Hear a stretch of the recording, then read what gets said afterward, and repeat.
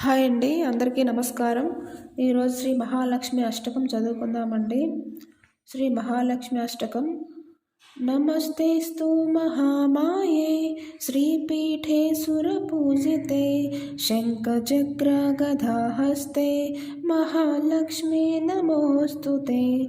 నమస్తే గరుడారూఢే ढोलासुरभयङ्करी सर्वपापहरे देवी महालक्ष्मी नमोऽस्तुते.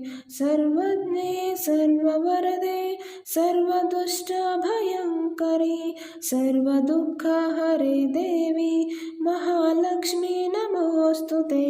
सिद्धिबुद्धिप्रदे देवी भुक्तिमुक्तिप्रदायिनी मंत्रमूर्ते सदा देवी महालक्ष्मी नमोस्तुते.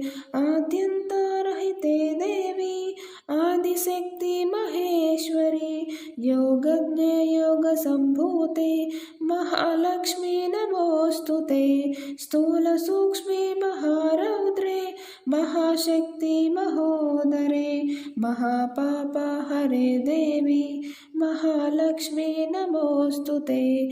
पद्मासनस्थिते देवी परब्रह्मस्वरूपिणी परमेशी जगन्मातः महालक्ष्मी नमोस्तुते. श्वेताम्बरधरे देवी नानालङ्कारभूषिते जगत्स्थिते जगन्मातः महालक्ष्मी नमोस्तुते.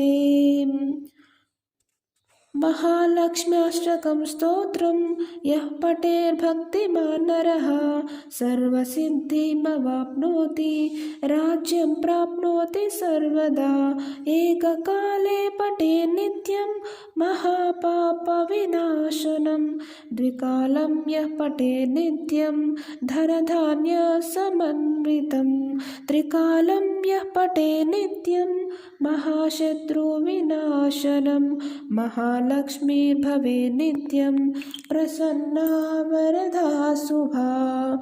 इति श्री महालक्ष्म्याष्टकं स्तोत्रं सम्पूर्णम्.